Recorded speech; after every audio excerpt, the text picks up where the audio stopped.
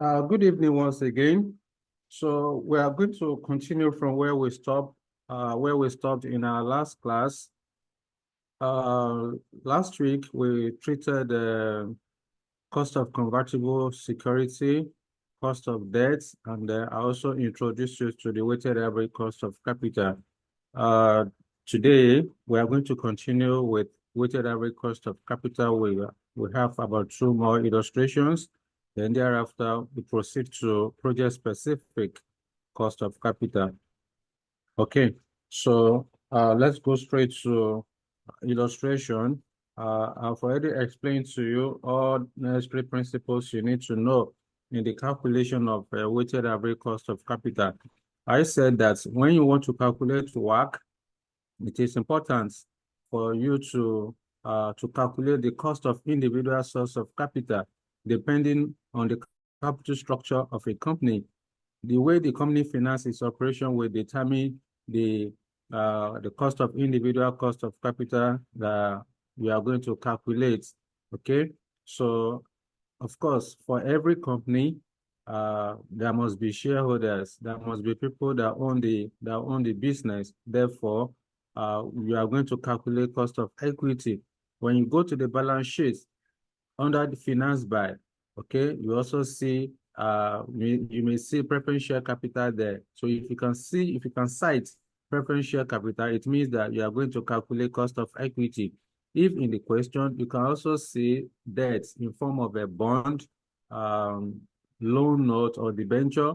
It also means that you are going to calculate cost of debt. So the average of each source of capital to a company represents the overall rate of return to available to a firm, which is the weighted average cost of capital. All right, because there is no way you can proceed to calculating weighted average cost of capital if you want to use traditional. If you want to calculate traditional WACC, you must first calculate the cost of individual source of capital, and that is what we did last time.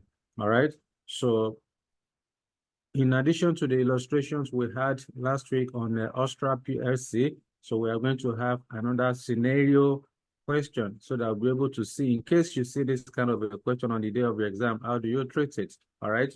So now let's treat illustration number 11. Let's treat illustration number 11.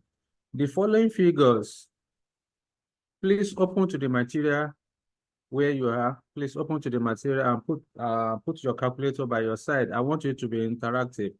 I want you to be giving me numbers when we are adding things together. So I want you to be giving me numbers so that I want to be sure that you guys are following. All right. So yes, the following figures have been extracted from the most recent account of Network PLC. Balance sheet as at 30th June 2015.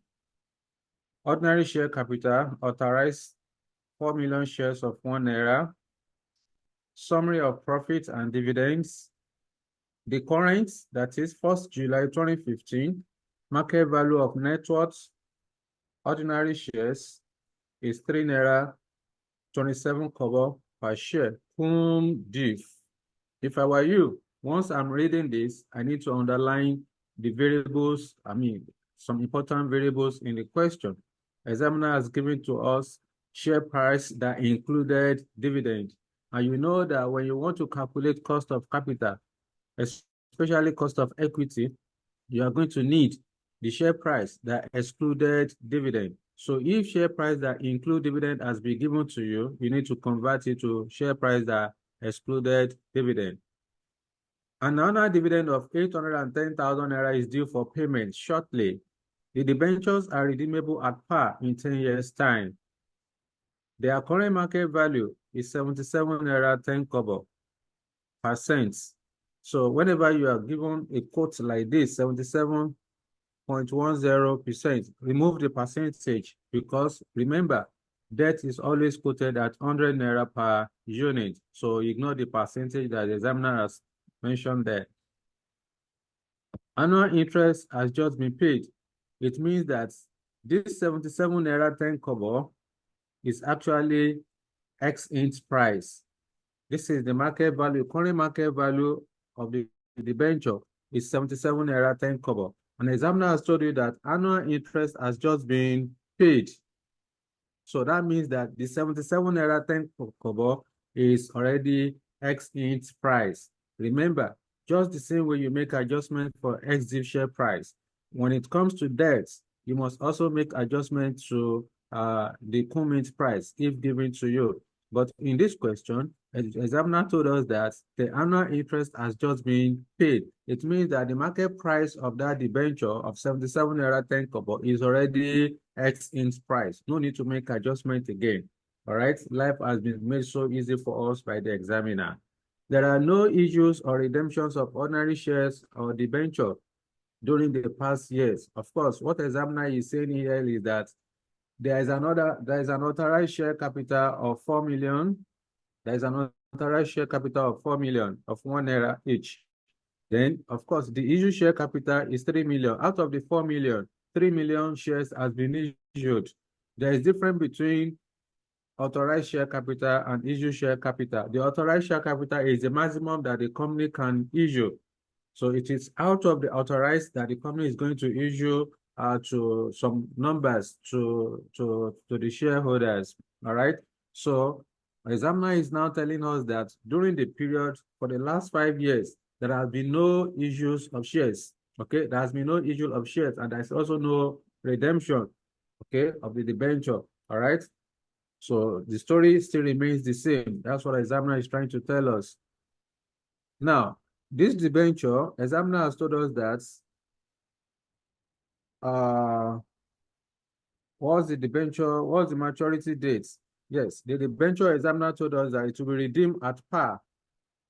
It will be redeemed at par in 10 years' time. So what that means is that we are going to calculate internal rate of return. Remember our explanation that for a redeemable debt, if you are asked to calculate a redeemable debt, first thing first, the redemption date must be given to you in the question. Like in this case, examiner said that this debenture will be redeemed at par in 10 years' time.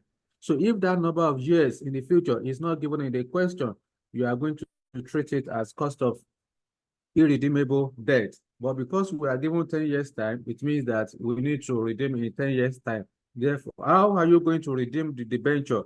Is it at par, at premium, or at a discount? Examiner said it will be redeemed at par.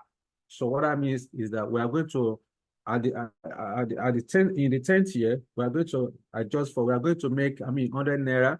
It will be redeemed at par, and you know par value is 100 naira because debt is always quoted at 100 naira per unit. So in 10 years' time, we're only going to put 100 naira there.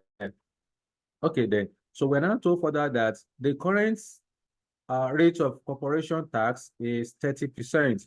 So the essence of this tax is that it's going to help us to adjust for our fixed interest, okay, annual fixed interest. Remember, debt is a cheaper source of financing because of tax deductibility benefits. As a result of tax, the amount that the company supposed to pay to the debt holders will reduce because of tax benefits. So the essence of this tax of 30% is that I will go into the question, what is the coupon rate for this debenture? Examiner has told us that the coupon rate for the debenture is 7%. That's the debenture, that's the interest rate, 7%. So because I've been given tax rate in the question, I can't use 7%.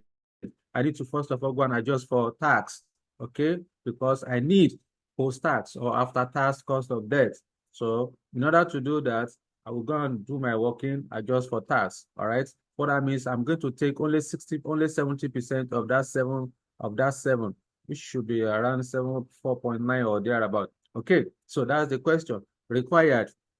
Calculate the cost of capital. Which net worth PLC should use as a discount rate when appraising new investment opportunity? So we want to calculate cost of capital. That's what the examiner wants us to do. So as a result, the first thing first I need to do is to calculate cost of equity. Because in this question, I can see dividend information.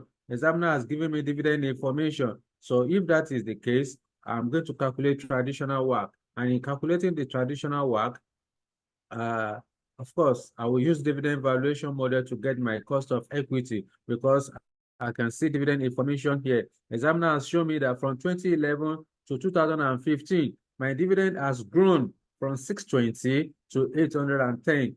So you can see examiner did not tell you that dividend has grown, but it is implied in the question because I will go to my POL. I can see in my POL dividend information, the history of dividend paid from 2011 up to 2015 has been given to me. So because it's not the same 620 that I have in 2011 that I have in 2015. What that means is that I need to go ahead and calculate growth rate. All right. Once I get my growth rate, then I will adjust for I will adjust for that with my dividend. I will divide with my ex-div share price. Then I will get my cost of equity. I will proceed again to calculating cost of redeemable debt using internal rate of return. Once I have the two ready, then I will proceed to calculating the weighted average cost of capital. It's as simple as that. But what is important is that you must know what to do at the right time when you are solving question. You must know what to do at the right time. So at this point, let's go ahead and solve the question. Let's go ahead and solve the question. Let me see if I have enough space. If not, we have to change. We have to move to working notes. There's not enough space here. So let's move to working notes. So what I mean is that please, I want everybody to open the question where you are. So let's go through it together. Let's solve the question together. So I'll stop sharing this one. Then I will share the working notes.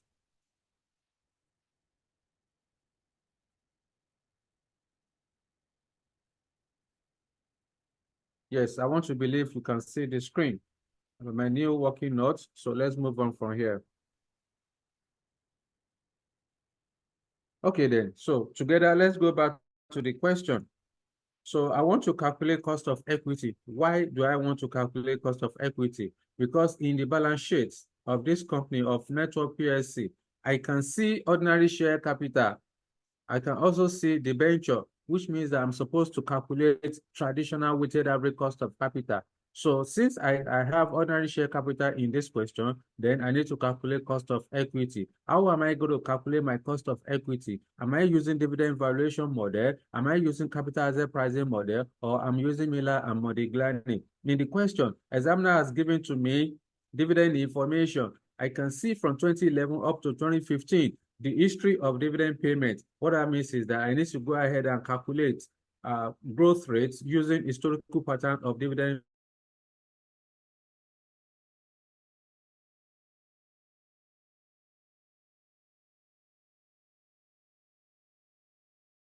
dividend paid. What that means, it means that I'm going to use averaging method or historical pattern of dividend payment. So at this point, I need to calculate my cost of equity.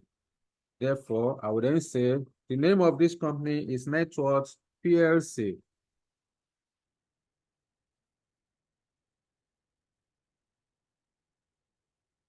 So what am I asked to do? Calculating cost of capital.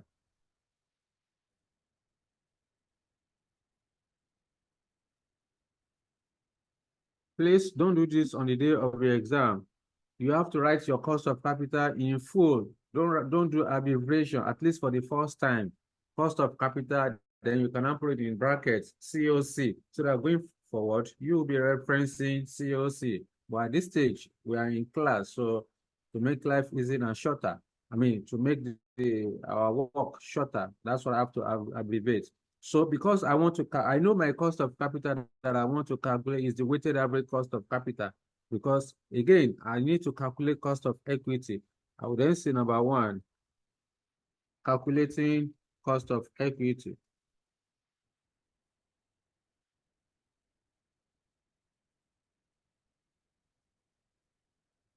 Cost of equity. Okay.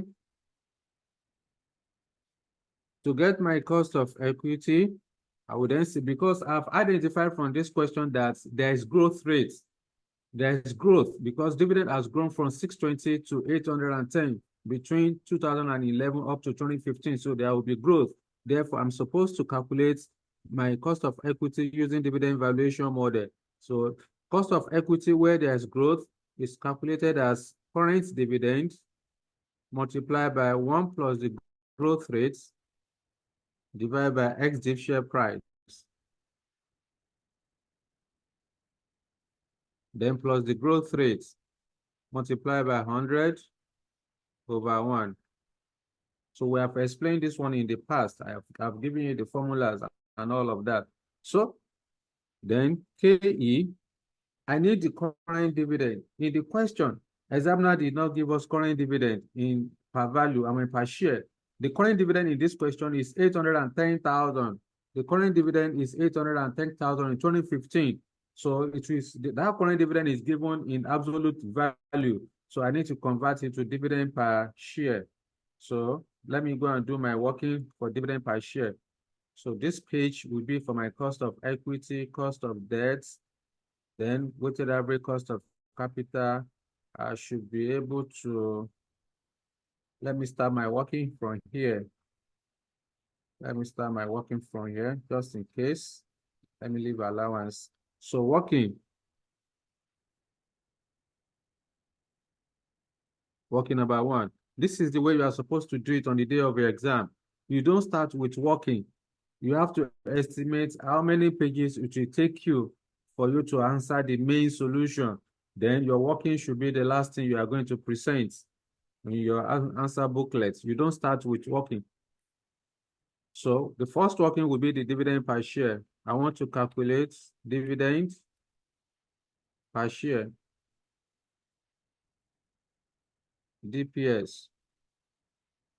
Dividend per share is calculated as total dividend divided by number of shares equal. Total dividend in 2015 is 810,000. 810,000 naira. Then, of course, number of shares. The issue share capital is 3 million shares. Please, you don't use authorized share capital. You only use the issue shared because it is from the authorized share capital you are going to issue out.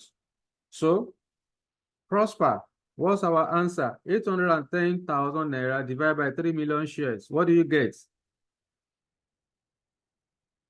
Everybody bring out your calculator, please. Prosper? Sir, 0.27. 0.27. 0.27. Thank you. That's 27 kobo. 27 kobo per share. So I've gotten my dividend per share. So what other workings do I need to do? I also need growth rates in the question. I also need growth rates. All right, then. So I need to calculate my growth rate, working number 2. Growth rates, G. Then I need to ask myself, how am I going to calculate the growth rates? I told you when I was explaining the principle that there are 2 methods of calculating growth rates. You can either use historical patterns of dividend payments or you use Gordon growth. I said that if history of dividend payment is given in the question year on year, then that means you are going to use n-1 into square root latest dividend divided by dividend paid in the first year, all minus 1. That's 1. And I also told you again, using historical pattern, if in the question, the dividend paid in the first year is given and the current year dividend paid is also given, then in that case, our growth rate will be n into square root latest dividend divided by dividend paid in the first year, all minus 1. I also said, if in the question, earnings or profit after tax, including the capital employed, are given in the question, it means that you are supposed to use Gordon growth model to calculate your growth rate. But in this particular question, examiner has shown to us the history of dividend paid since from 2011 up to 2015. So at that point, I can then say my growth rate is equal to n-1 into square root latest dividend divided by dividend paid in the first year, that is base year dividend, or minus 1. So with this, I can then say this is equal to, from 2011 up to 2015. How many years is that one? Fidelis, from 2011 up to 2015, how many years? Talk to me.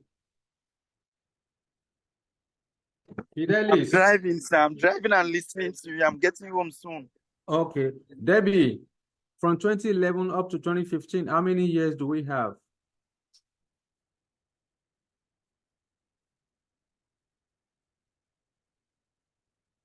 Debbie, are you there? 5 years. 5 years. Thank you.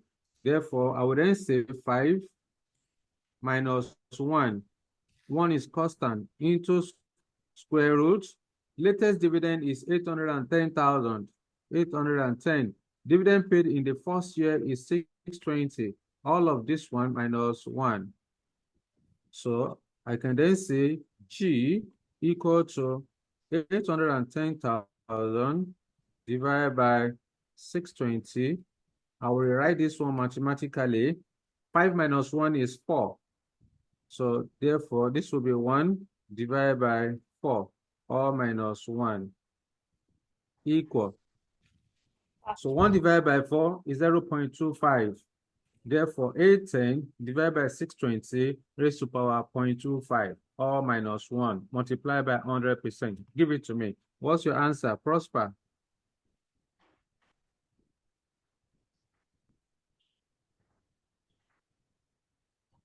Yes. 0 points multiplied by 100.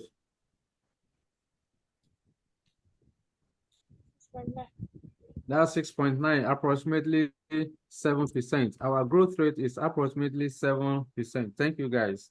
So we have the growth rate already. So let's go back to the question and confirm if the share price of 3 naira 27 kobo is cum div or ex div. According to the question, we are told that the current market value of Network PLC ordinary share is 3 naira 27 kobo per share cum div. It means that that share price of 3 naira 27 kobo included dividend. So we need to adjust for dividend because you don't use cum div share price to calculate cost of equity. Rather, you are going to use ex div share price. So working number 3 now. I want to calculate ex div share price. Okay. To get the ex div share price is simply the cum div share price, which is 3 naira 27 kobo minus the current dividend.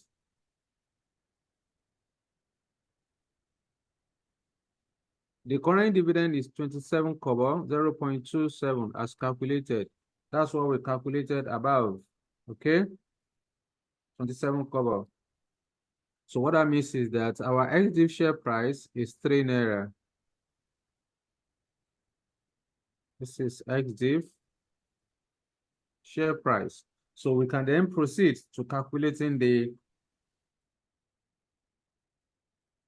cost of equity. All the variables that we are looking for, we've already determined them. So at this point, we can go ahead to calculate the cost of equity.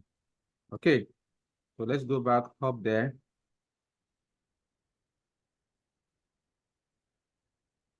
Okay, cost of equity. The current dividend is 27 kobo, 0.27. Into growth rate is 7% that we calculate, 1.07. That is 1 plus 0.07. That's 1.07. Divided by ex div share price of 3 naira. We've already adjusted for dividend. Then plus the growth rate of 7%, 0.07. All of this multiplied by 100 over 1. Therefore, cost of equity equal. So everybody bring out your calculator. Let's do it together. I will also put my calculator here. So let's do it together so that you are following. So you start from 0.27 multiplied by 1.07 equal. Then divide by 3 equal plus 0.7. 0.7 equal, then multiply by 100 equal 16.63 is our cost of equity. 16.63% is our cost of equity. Therefore, approximately the cost of equity is equal to 17%. So we are done with cost of equity. You can see the way we are making our adjustment because we could not proceed to solving the question directly. We need to go and do our workings. This is what is expected of you by the examiner. So anywhere you have a variable that you are not looking for, that is not necessary, what do? You go ahead and make your adjustment until it is good to use. So that's why we delayed the calculation of the cost of equity up to this time, because we need to go and do about 3 different workings for us to be able to proceed with calculating the cost of equity. So now that I have cost of equity ready, I need to go back to the balance sheet of the company. I will go and check, am I given preference share capital? Am I given debt capital? In that question, there is no preference share capital, but there is debenture of 7%. Therefore, I need to go and calculate cost of debenture. What kind of debenture? Is it redeemable debenture or irredeemable debenture? Examiner has told us that this debenture will be redeemed at par in 10 years' time. Therefore, inventory when she comes back. Like come and start calculating how many of this, how many of that, how much it is, and everything, money in account of it. I can't do that. It's tiring.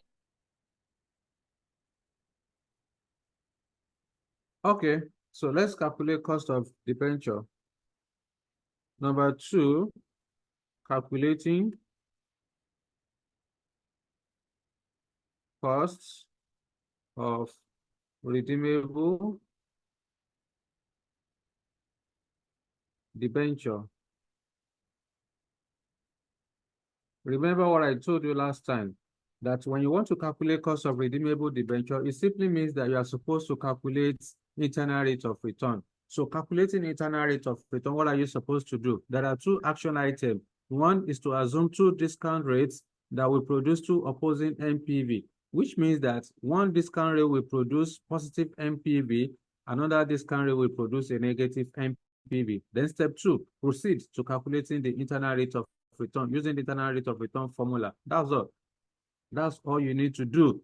Okay. So at this point, and I also mentioned to you that when you want to calculate your internal rate of return, as you need to assume a discount rate, please always start with 10%, because if 10% produce a positive NPV, we can easily increase to 15% to get a negative NPV. But if you start from, if 10% produce a negative NPV, you can reduce to 5%. But if you start with 5%, if 5% is positive, you increase to 10%, 10% is also positive, you continue to do iteration. And that's why I'm suggesting that you should always start assuming your cost of capital, your discount rates starting with 10%. So at this point, I would then say assume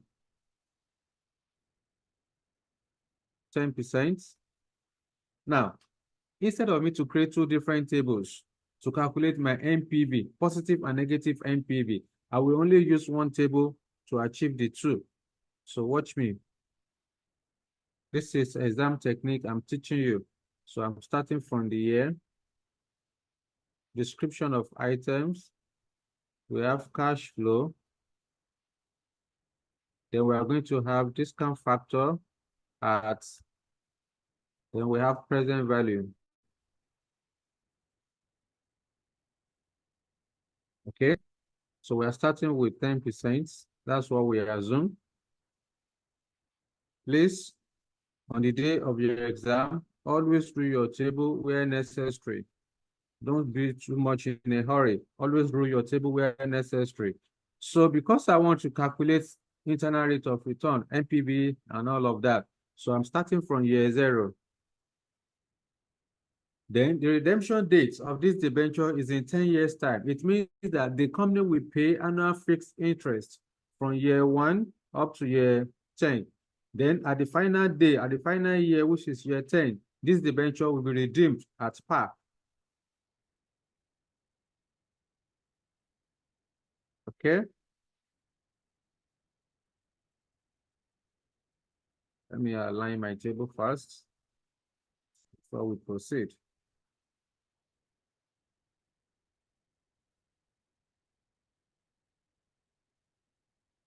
Okay.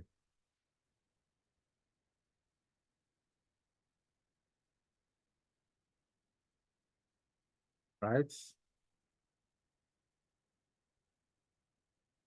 Here is my NPV.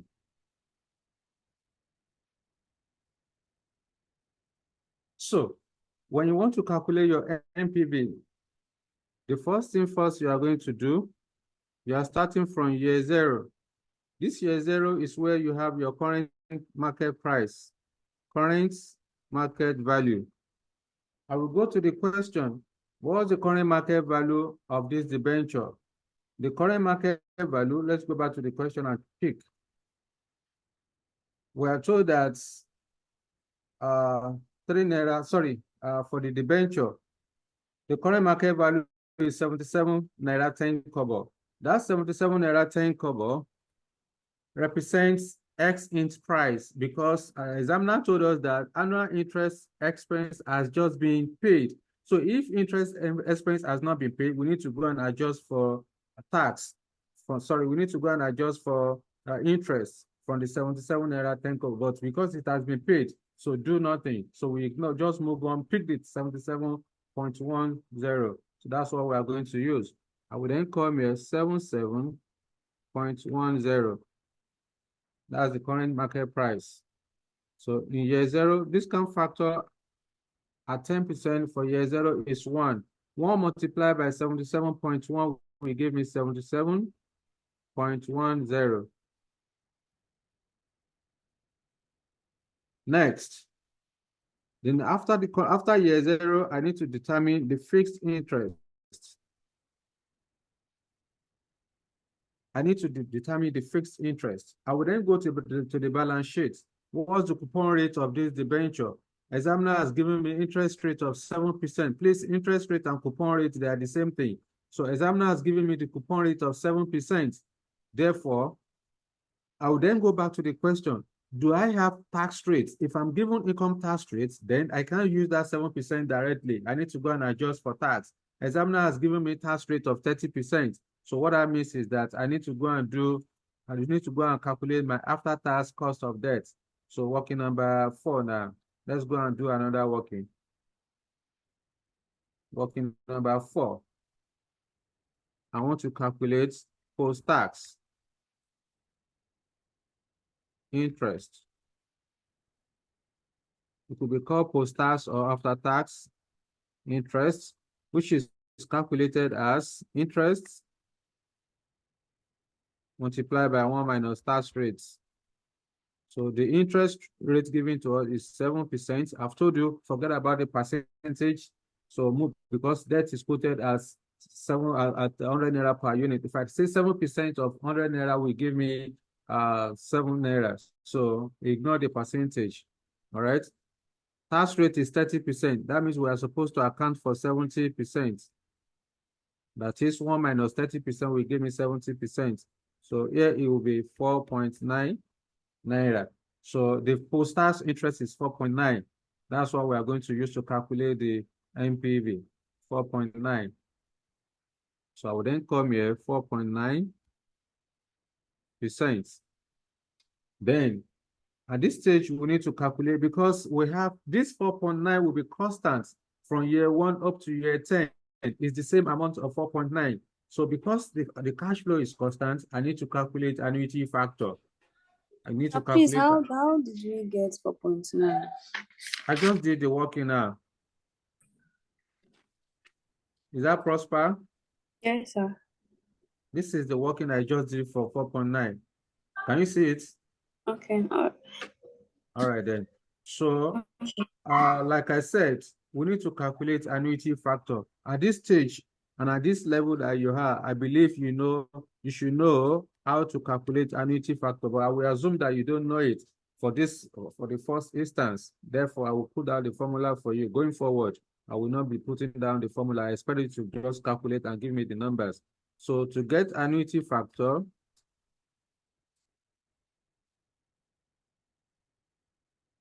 AF, or cumulative discount factor, AF is calculated as 1 minus 1 plus R raised to power minus n, all divided by r. So we assume cost of capital of 10% for the first instance. Therefore, this will be 1 minus 1 plus 10% will give me 1.1. N is the is the maturity date, which is 10 years time. So minus 10 divided by 0.10. Somebody should give me the final answer. So bring out your calculator. Bring out your calculator and give me the final answer. You can say 1.1 raised to power 10 minus equal, the minus 1 equal, divided by 0.1 equal. That's 6.145.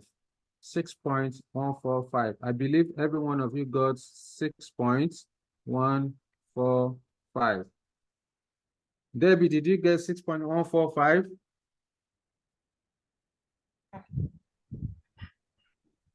Okay then, so that's the, all right then, so that's the answer. So I can then go back. I can then go back 6.145. So 6.145 multiplied by 4.9. Let's do it together. 4.9 multiplied by 6.145 equal. That's 30.11. 30.11.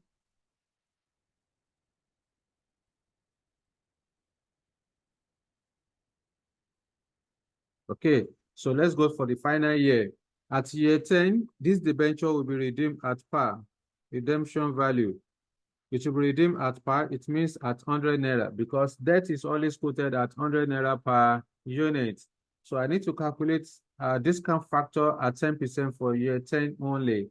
So bring out your calculator. 1.1 raised to power 10 minus equal. That's 0.386. Here is 0.386. Multiply by 100 will give me 38.6. So 38.6, 38.6 plus 30.11 equal 68.71. 68.71 minus 77.1 equal 8.39. Here is negative 8.39. So we assume 10%, and 10% produce a negative net present value of 8.39. So we need to assume a lower discount rate that will earn a positive NPV. Therefore, let us assume 5%, and then 5%.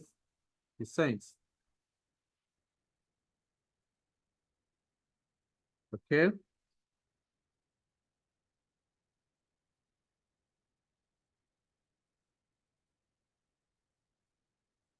All right then. So, of course, discount factor at year 0 is 1. So I need to calculate annuity factor from year 1 to 10 at 5%.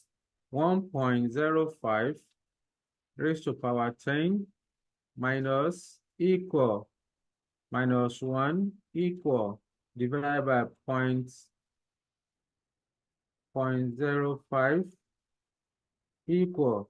That's 7.722. Here will be 7.722. That's the annuity factor of year 1 to 10 at 5%.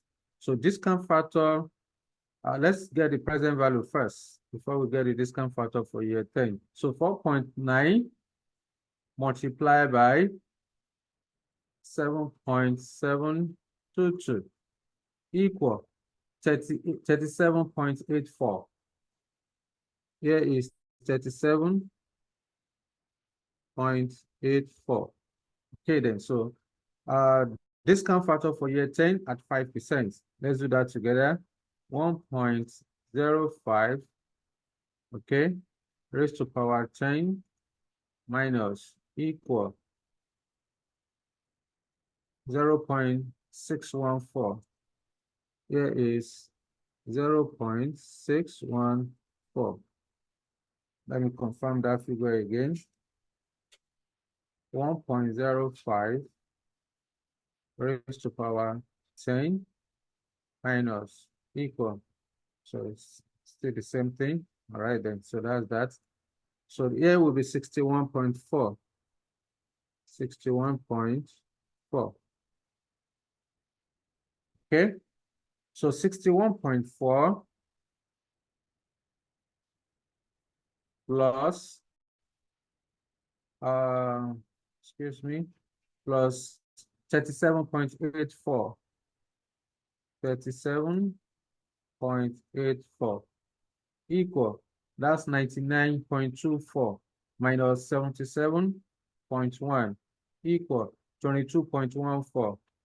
Here is 22.14 positive.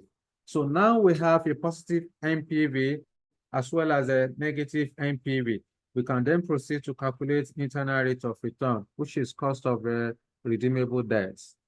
So I can then say KD, that is internal rate of return, is equal to lower discount rates plus the NPV of the lower discount rates over NPV of the lower discount rate plus NPV of the higher discount rate. All of this multiplied by higher discount rate minus lower discount rate. So that's the formula for internal rate of return. All of you are familiar with this formula. Equal to, we assume 5% and 10%. 5% is lower. Therefore, here will be 5 plus NPV of that 5% is 22.14 divided by 22.14 plus the NPV of higher discount rate, which is 8.39. 8.39 multiplied by higher discount rate of 10% minus lower discount rate of 5. So let's calculate the final answer. I would say 22.14 plus 8.39. That gave me 30.58. I will write it down somewhere, 30.58. So I would then say 22.14 divided by 30.58 equal, then multiply by difference between 10 and 5, which is 5, equal, then plus 5 equal 8.62%.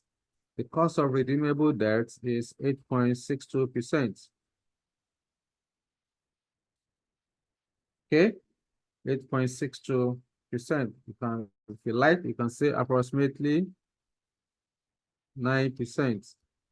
That's the cost of a redeemable debenture.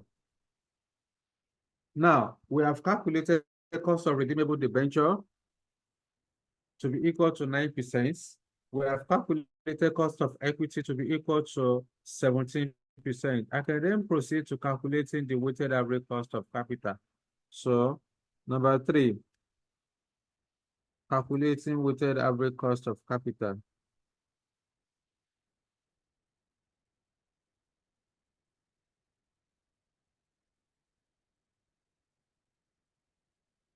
Denoted as KW.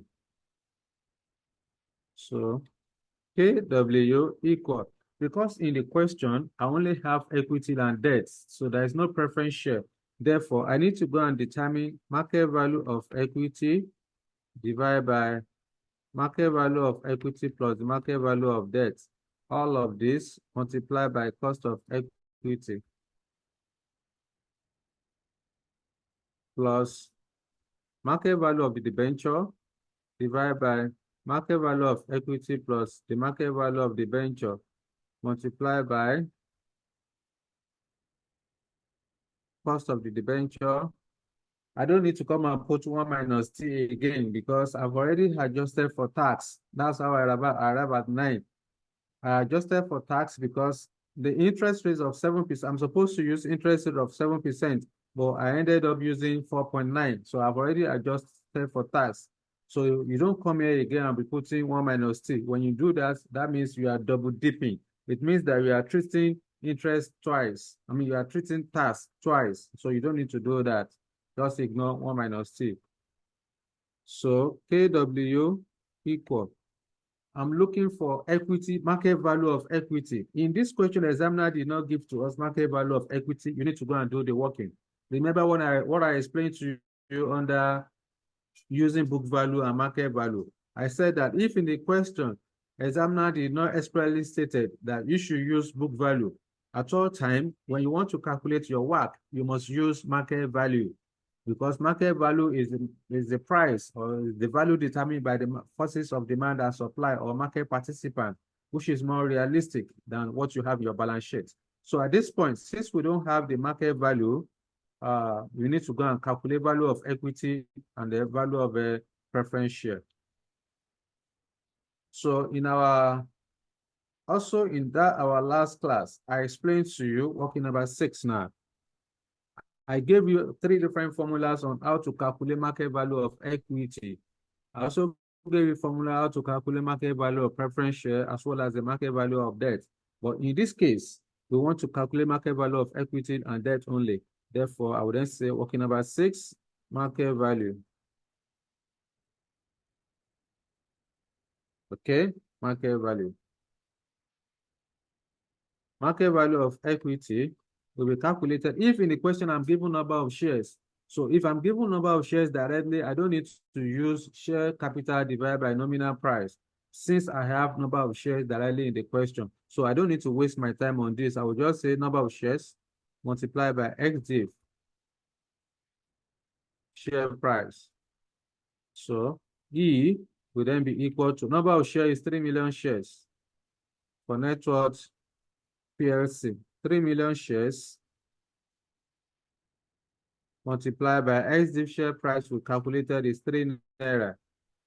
Remember, that's our working number 3. Seated. XDIV share price 3 naira. So it means that market value of equity is equal to 9 million naira. So now that I have the market value of equity, I need to determine market value of the debenture, which is represented as D. To get the market value of the debenture, we pick the nominal rates. Sorry, the nominal value. The nominal value is the value of the debt that you have in the balance sheet.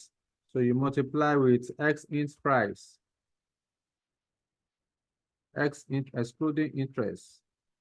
The price that excluded interest. So divide by 100 naira, because debt is always quoted at 100 naira per unit.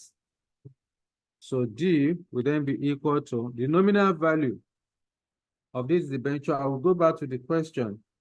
In the balance sheet, what's the nominal value of the 7% debenture? Examiner has given us 7% debenture of 1,300,000. That 1,300,000 is the nominal value. That's your balance sheet value. 1,300,000 multiplied by X int price. The 77.1 the examiner has given to us is already X int, so I don't need to make adjustments. So I will say 77.10 divided by 100 naira. Final answer. What do I get? So bring out your calculator. Let's do it together. 1.3. million. Okay. Yeah, 1 million. Okay, 1,02,300. Okay, 1,02,300 naira. So that's the total market value of the debenture. So let us determine the total market value of equity plus debt. Total market value will be equal equal to equity, market value of equity plus the market value of debt, which is equal to 9 million plus 1,02,300 naira. So which is equal to 10,02,300 2,300. So that's total market value of equity and debt. Thank you. So now that we have it, our market value, I can then proceed with my work. Okay. So value of equity is 9 million naira.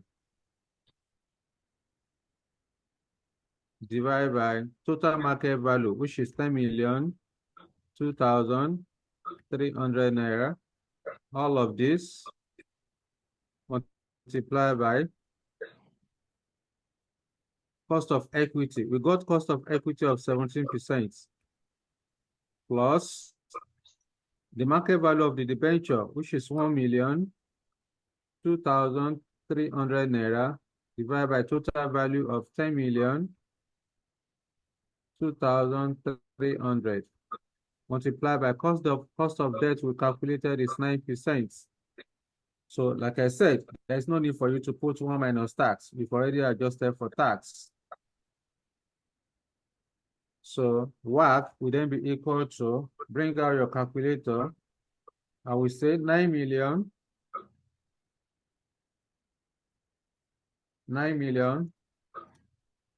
divided by 10,02,300 naira equal, then multiply by 17 equal, that's 15.30.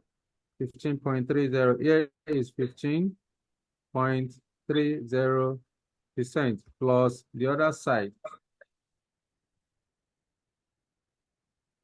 1,02,300 naira divided by 10,02,300 equal, then multiply by 9.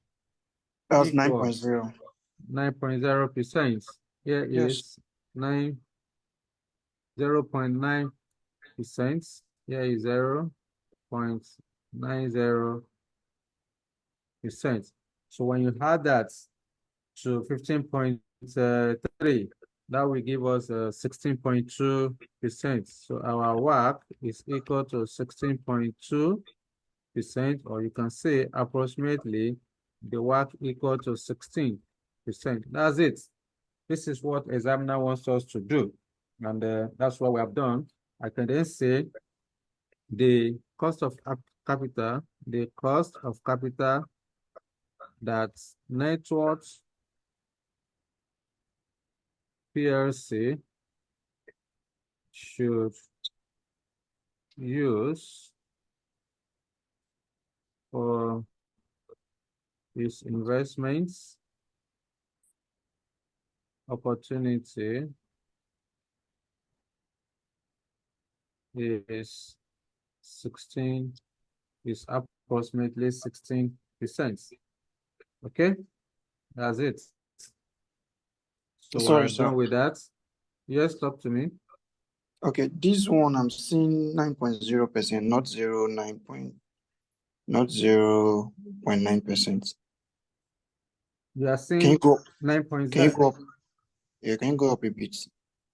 Okay. Yeah, the 1,02,300 all over 10,220 Multiply into by 9%. 9%. Yeah. Yes. What I have is 9.0%.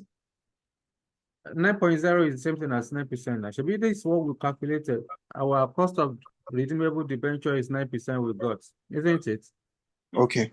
That's the 9% we are using there. Okay, I'm fine there. All right then. So that's that. So let's have another illustration. Others, please. I need your comments. Are you fine with the question we just solved, or is there any issue? Do you have any concern or is there anything you don't understand in what we just did so that we can proceed to another illustration? Okay. Sir, Maurice. sir, sir, I have a question, please. Who is speaking? It's Who is Prosper, speaking? sir. Okay, talk to me. When we calculated the post-tax interest, I don't know, I got a Yes. negative figure. How do you mean? Let me show you. Let's go back there. Post-tax. Working number 4. Yes. How did you get a negative figure? Huh? Are you talking One about this minus working number 4? Yes, sir, now. working number 4. You see, 1 minus tax rate is 30%, isn't it? Mm-hmm. So 1 minus 0.30. What do you get? 0.70, isn't it? So True, 0.7 multiplied by 7. So it can't be negative.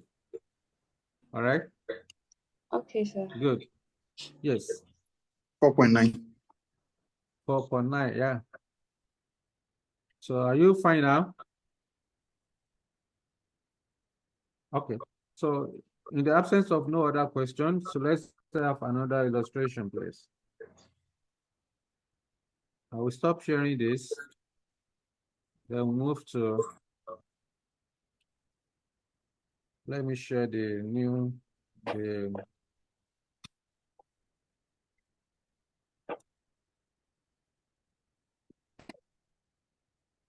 all right then. So let's have another illustration. Different scenario. There are at times examiner may not give to you dividends.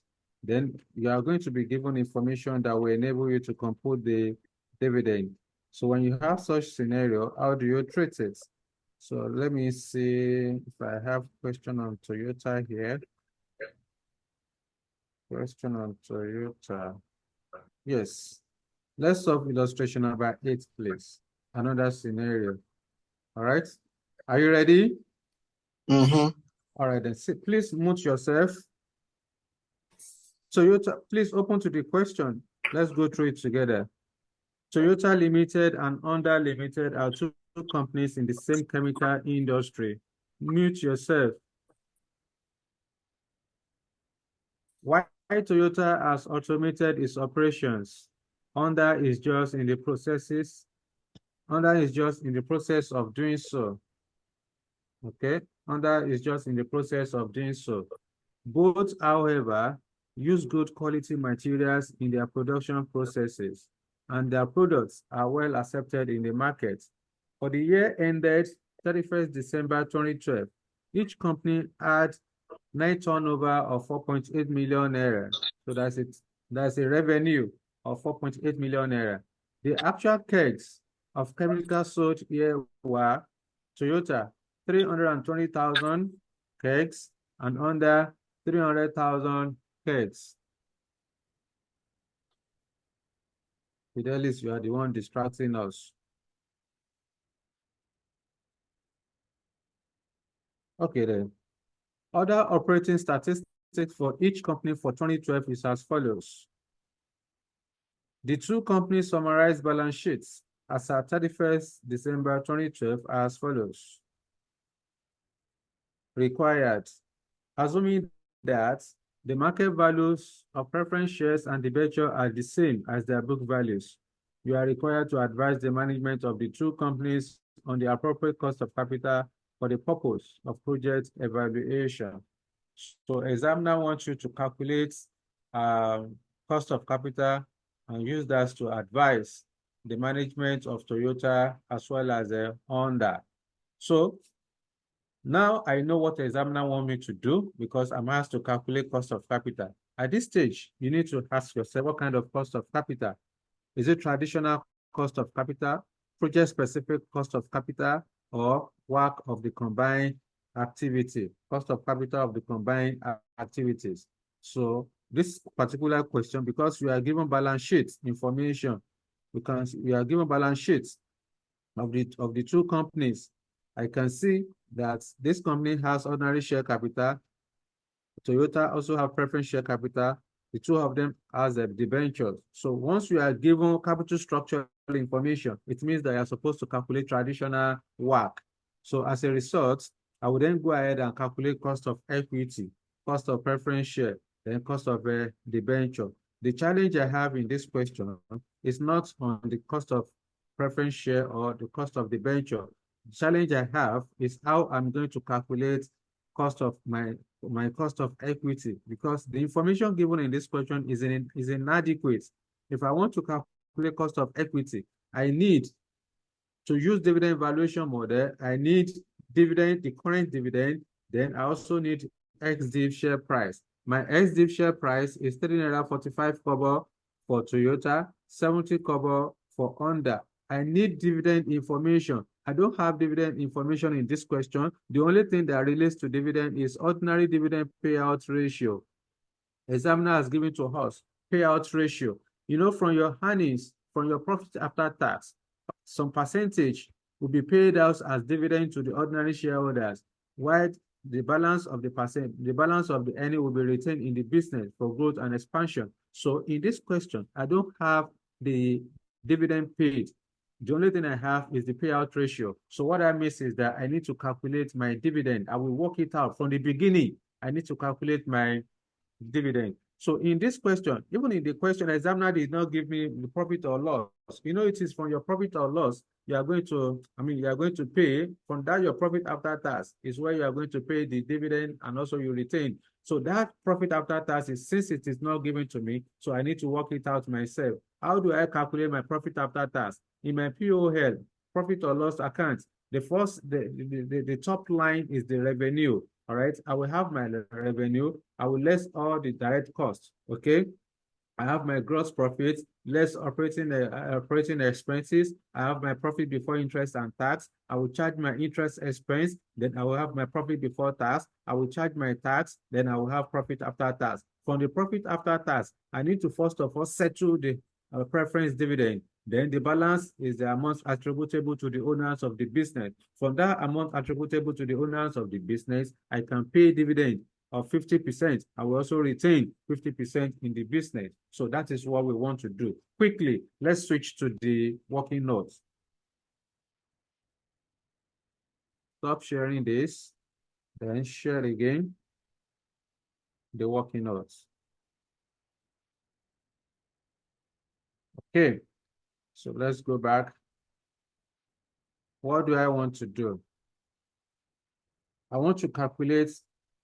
For me to be able to do this for Toyota and Honda, I need to calculate my profit after tax. So I want to calculate profit after tax. So if I like, I can simply say income statements, or I can say profit or loss accounts.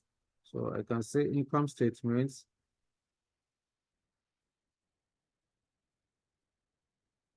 Okay. There are two companies. I have Toyota. I also have Honda. Okay.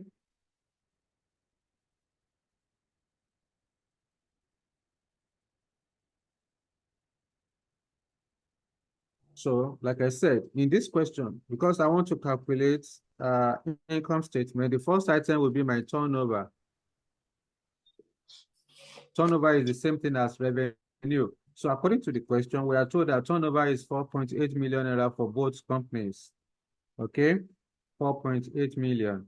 So I can restrict my number to thousands. That will make my life, my work shorter. All right, so 4.8. 4.8 for both companies. Then after turnover, I need to consider other direct costs or other costs in the question. So I have cost of material, cost of direct material consumed, 1.8, 1950. So direct material costs, direct material, 1.8, it's a cost, so cash outflow, 1950, cash outflow. I will go back there. What other costs do I have? I also have direct labor cost, 1.2, 450. Direct labor, 1.2, 450. What else? I have production overheads, 400, 1,000, 400, 1,000. Production overhead. Is it 1,000? 400, 1,000.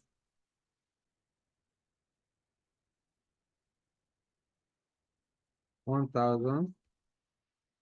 Okay. There was the next item. The next item is administrative and selling expenses. Admin and selling expenses, 420 each. Admin and selling. How much is that? Admin and selling is 420 each. Here is 420. Here is 420. So what other expenses? Let's go back there. The next item is interest on debenture. That will not come in now. We need to determine profit before interest and tax. So at this point, I need to determine profit before interest and tax. So let's bring out our calculator, please.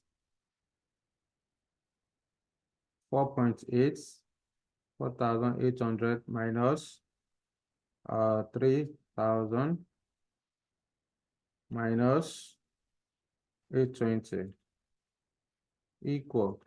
That's 980. 980. Yeah. So, Thank you. Then the under will be 48 minus 1950 minus 1450. 950. 950, right? Okay. Yes, sir. Good. 980. That's 980. Here is 980. It's just by coincidence that the two of them ties. So don't think that's how it will be at all times. So this is profit before interest and tax. So immediately after the profit before interest and tax, I need to charge interest expense. So debenture interest. Let's go back to the question. How much is interest expense? 100,000, then 180. 100, 180. What's the hiatus? What's the difference? Here is 880. Here is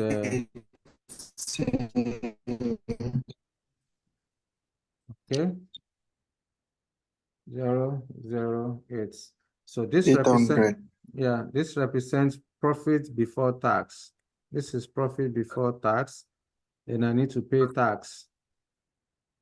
I will go back to the question. What's the tax rate? Tax rate given to all is 30% for both companies. So here will be 30%. So what's 30% of 880? You know, profit is paid. I mean, tax is paid on profits. So I would then say 880. That's 264. 264, sir. Okay, 264. 264. 264. Here is 264. 264 minus 880 will give me 5. So 620 what? Let me say this. Always use your calculator so that you don't commit avoidable error. Pardon? 616. 616. All right. Here will be 616. And then again, 30% of 800. 240. 240. Thank you. Yes, sir. So 240 minus 880 minus 800 will give me 560. All right then. So this 560. represents, yes, this represents profits after tax. from this profit after tax, you need to first of all settle the preference dividend. Okay, you first of all pay the preference dividend, if any. Toyota has preference dividend. Therefore, we need, as a preference share, which means that we need to pay preference dividend first. So I would then say preference dividend. How do I pay the preference dividend? I will go to the balance sheet because the preference shareholder is entitled to fixed dividend. So I will go back to the balance sheet. I'm told that 400,000, 10% preference shares. So that 10% is a percentage, is the percentage of the dividend that the preference shareholder is entitled to, and is always on the nominal value, meaning that 10% of the 400,000 you are seeing in the balance sheet, 10% of the 400,000, that should be 40,000. So the preference dividend is 40,000. Let me do the work in there so that when you are doing it on your own, we'll be able to see how we derive the number. Preference dividend, which is 40% of 400,000.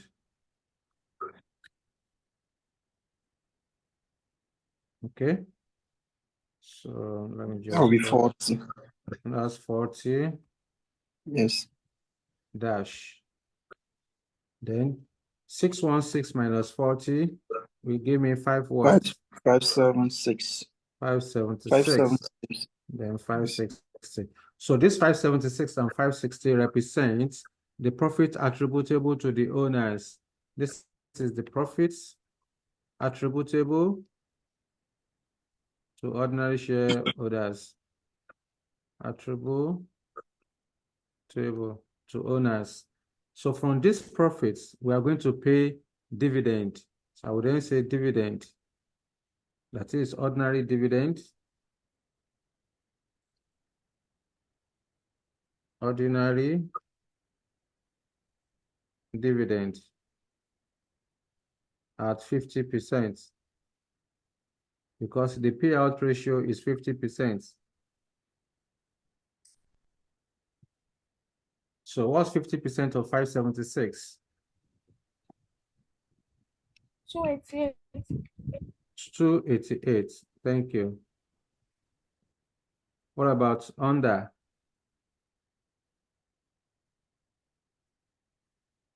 50% of 560. 280. That's 280. So that represents the ordinary dividend. As you can see, because of this dividend, that's why we have to go through all of this stress. Because in the question, we don't have the ordinary dividend. Now that we have the ordinary dividend, so we can then proceed to calculate the cost of equity as well as the cost of preference share and cost of debt. So was it given at the equation? Sorry, sir. Was the 50% given at the equation? Is there? You are Okay, given sir. a payout ratio of 50%. Ordinary dividend payout ratio, 50% for both companies. Okay? Okay, sir. Okay, sir. So I would then say number 2, calculating cost of equity, KE. So KE equal to, I will ask myself in this question, do I have anything like growth rate? Am I given growth rate? There's no growth. Examiner did not give us growth rate. And the history of dividend payment were not given in the question. So in that case, I don't need to stress myself. So there's nothing like growth. Therefore, my cost of equity will be equal to current dividend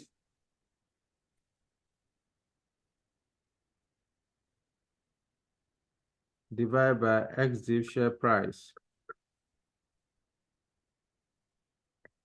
multiplied by 100 over 1, since there is no growth, equal. I will go back to the question. For Toyota, I would then say Toyota, the cost of equity of Toyota, ordinary dividend of Toyota is 288,000. I would say 288,000 divided by what's number of shares of Toyota? Ordinary shares of Toyota of 1 naira is 1 million naira. So it means that 1 million naira divided by 1 naira will give me 1 million shares. So for Toyota, 1 million shares. So what do you then get? 28.8. Sorry, this 28. is not what 28. I'm coming. This is not what I wanted to do. We are calculating cost of equity. So to get my cost of equity, I will go and pick the current market price. The current market price of Toyota is 3.45 naira. So examiner did not tell me that whether dividend has been paid or not. So where examiner is silent as to whether ordinary dividend has been paid or not, we are going to assume that it has been paid. So the 3.45 naira is already ex-div share price. So I would then say 3.45 naira multiplied by 1 million shares. So that will give me 3,450,000 multiplied by 100 over 1 equal. So 288 divided by 288 divided by 3,450 equal. Then multiply by 100 equal. That's 8.35%. Here is 8.35% for Toyota. Then I will also do for Honda. Cost of equity of Honda. The current dividend of Honda is 280,000. 280,000 divided by, then what's the market price per share for Honda? The market price per share of Honda is 70 kobo. So what's the number of shares of Honda? The number of shares of Honda, we are told that 25 kobo, ordinary 25 kobo ordinary shares. So total share capital is 1 million naira. So to get the number of shares, it will be 1 million naira divided by 25 kobo. That should be about 4 million shares. So I would then say 70 kobo multiplied by 1 million naira, that's the share capital, 1 million naira divided by 0.25. Okay, that's 4 million. 4 million multiplied by 0.7. That should be 2.8 million. This should be 2.8 million. Then multiply by 100 over 1. What do I have there? That should be 10%. So cost of equity for Honda is 10%. So I'm done. I'm done with Honda. I need to proceed. I need to proceed to cost of preference share. So I would then say number 3, calculating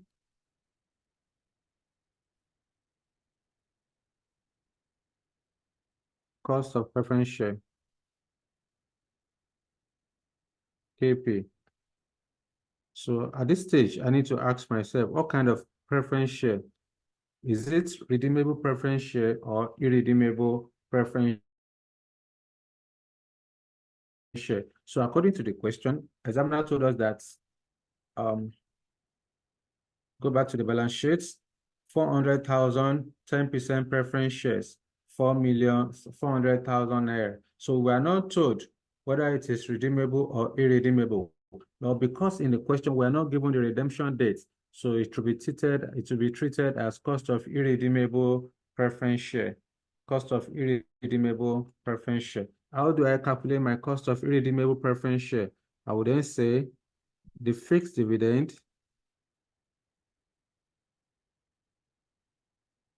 divided by ex-div share price multiplied by 100 over 1. So That is the formula. Which of them has preference share? Only Honda has preference share in its capital structure. Sorry, only Toyota. Therefore, I would then say Toyota equal. The fixed preference dividend for Toyota is 40,000 naira. That's what we got here, 40,000 naira. So I would then say 40,000 divided by ex-div share price.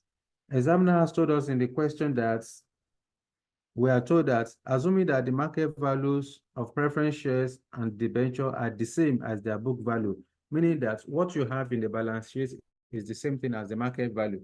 So, and what we have in the balance sheet for Honda is 400,000 naira for the preference share. So I will then come here, divide by 400,000 naira, multiply by 100 over 1, which is the same thing as 10%.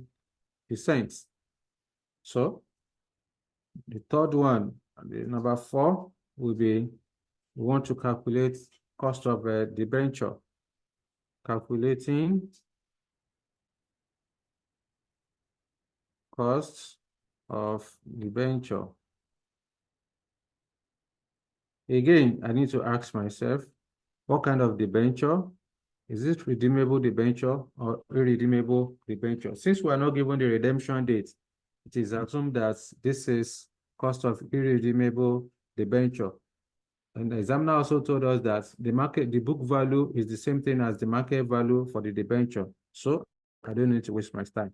I'll just say cost of debenture, KD, equal to the fixed interest. I will go to the question, am I given tax rates? If I'm given tax rate, then I need to adjust for tax. There's tax rate of 30%. Therefore, I will adjust for 1 minus tax.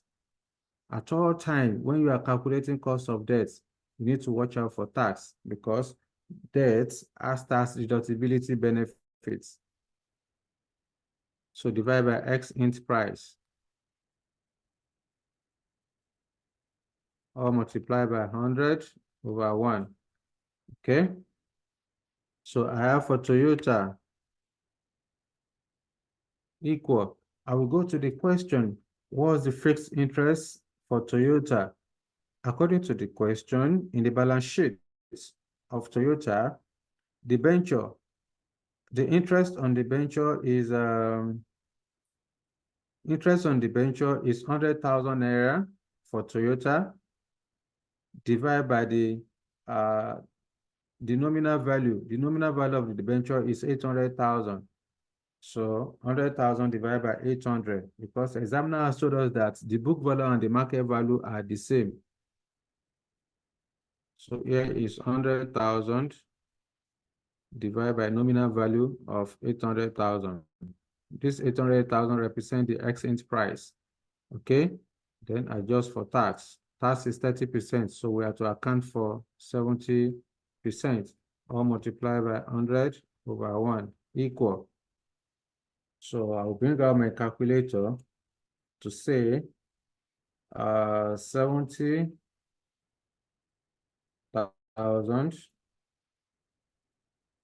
multiplied by 0.7, that's 70,000, divided by 800,000 equal, multiply by 100 equal, that's 8.75. 8.75, here is 8.75%. Okay. 8.75%. So I will do for under. Again, for under, the fixed interest is 180,000 naira. Tax rate is 30%. We are accounting for 70%. The book value is the same thing as market value, and the book value of under is equal to 1.2 million. 1.2 million or multiply by 100 over 1 equal. So bring out your calculator, please. 180,000 multiply by 0.7 equal, divide by 1.2 equal, then multiply by 100. That's 10.5. Here 10 point. is 10.5% is the after-tax cost of irredeemable debenture. So the final thing we are going to do now is to calculate our weighted average cost of capital. Number 5, calculating weighted average cost of capital. So to do this, for Toyota, we have WACC equal to equity value divided by equity plus preference share plus the debenture multiplied by cost of equity plus value of the preference share over equity plus preference plus debt, cost of preference share plus value of the debenture, equity plus preference share plus debt plus debenture multiplied by after-tax cost of debt. We've already adjusted for tax, so no need for us to put 1 minus T again. So for Toyota has the three of them, equity, preference shares, as well as debt. So what's the value of equity? We've already calculated it before. So we'll go back to cost of equity we calculated previously. The market value of Toyota equity is 3,450,000.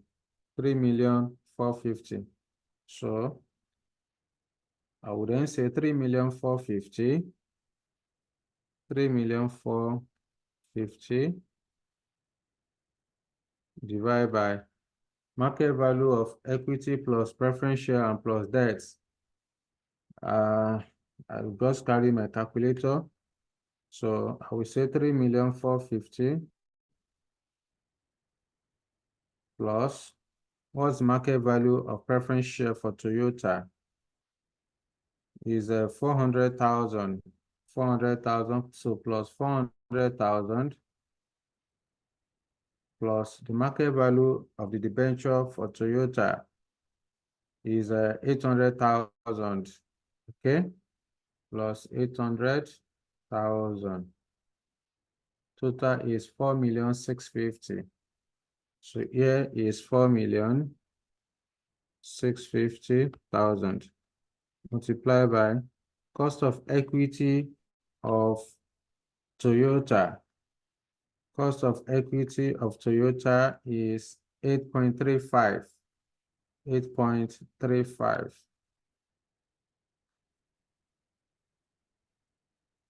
Multiplied by 8.35% plus value of preference share is 400,000 divided by total value of 4,650. Cost of preference share for Toyota is 10%. Let's go and confirm that 10%. Cost of preference share of Toyota, yes, 10%. Okay. Then cost of debenture for Toyota is 8.75. Debenture, and then the value of debenture is 800,000 divided by 4,650,000 multiplied by cost of the debenture, which is 8.75.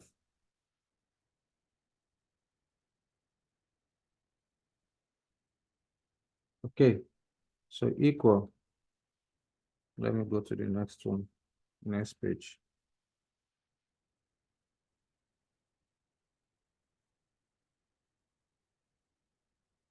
Okay, So bring out your calculator to see 3450 divided by 4650 equal, multiply by 8.35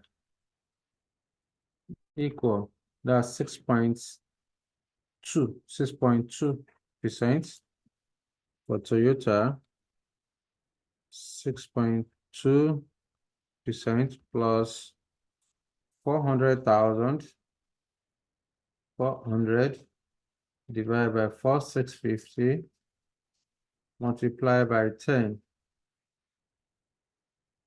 equal 0.86%, 0.86% plus 800,000 divided by 4650 equal, multiply by 8.75. Is it? Yes, 8.75.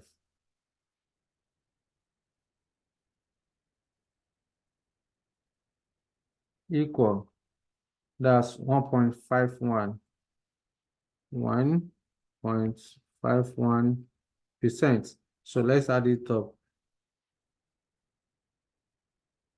6.2 plus 0.86 plus 1.51 equal, that's 8.57%.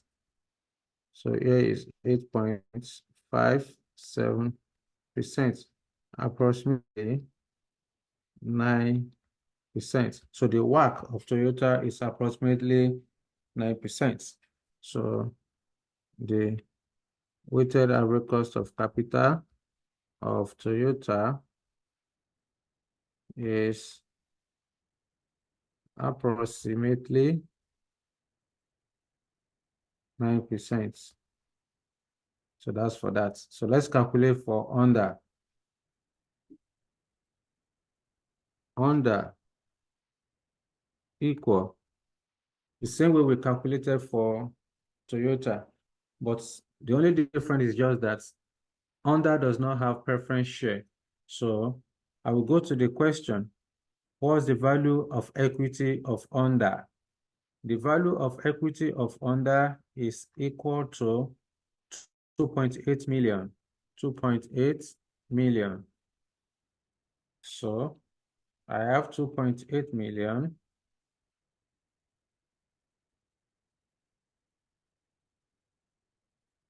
divided by total value. Let's calculate the total value. Value of equity of 2.8 million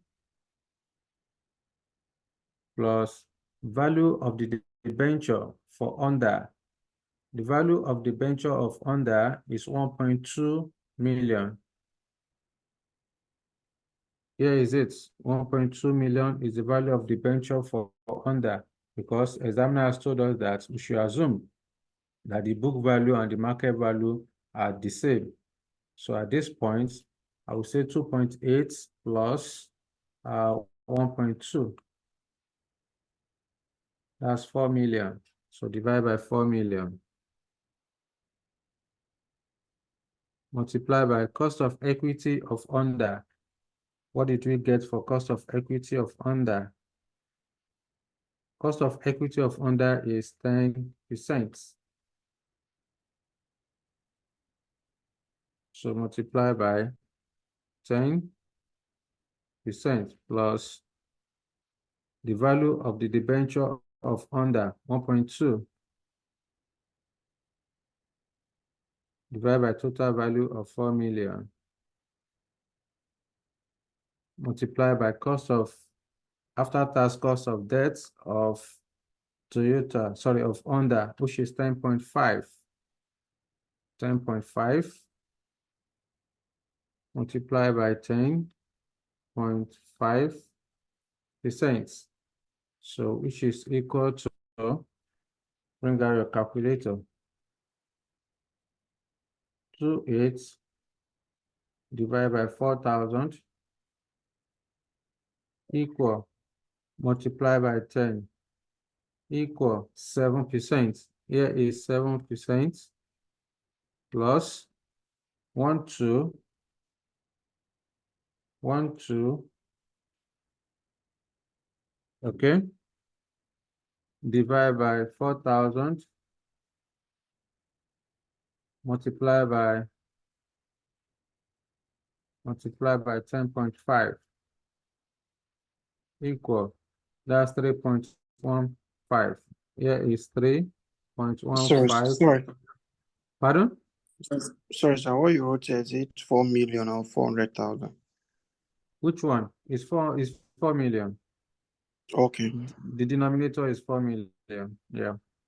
Okay, sir. So when you add up, that's 10.15.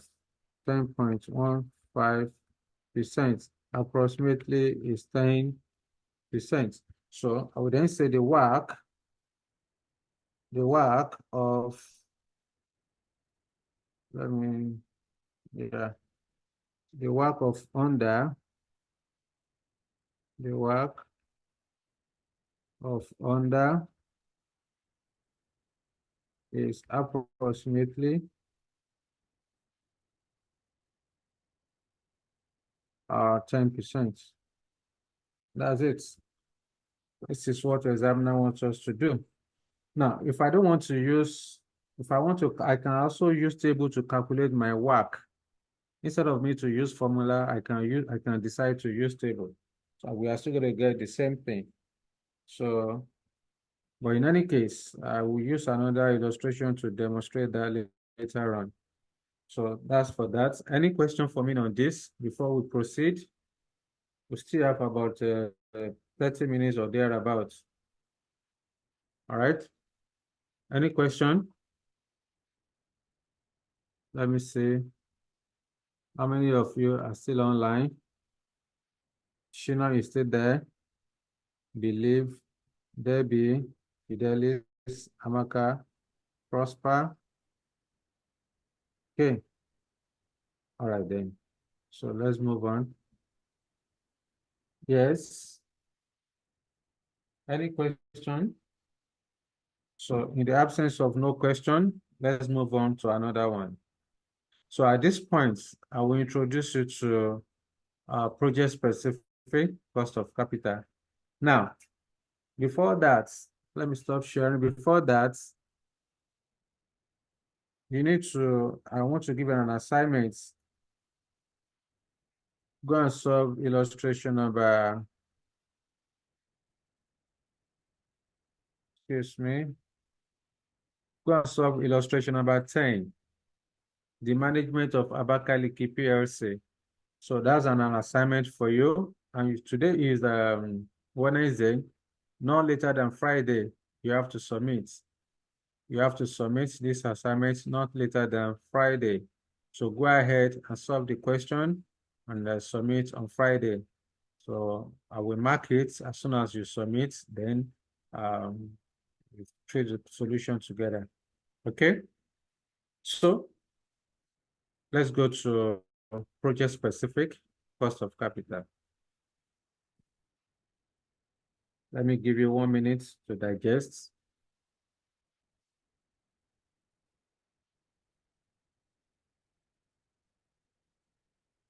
Okay. Open to page I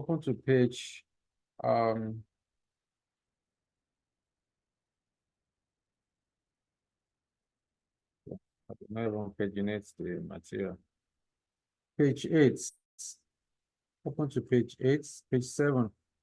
So let's talk about So did you share this material? Sorry, sir. Did you share the material before?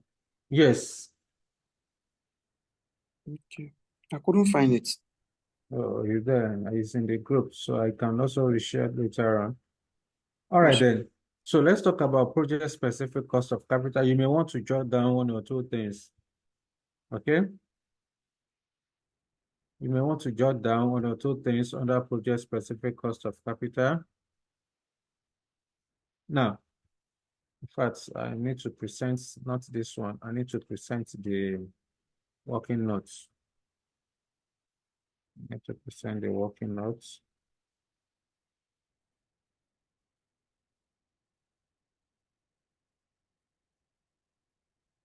Okay, so let's talk about project-specific cost of capital.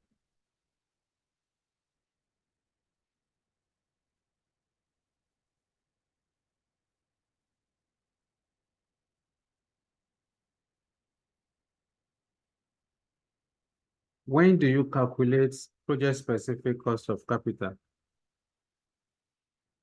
We said that project-specific cost of capital is usually calculated when a company is diversifying into a new industry, or when the debt equity proportion of a company is expected to change significantly as a result of undertaking a project.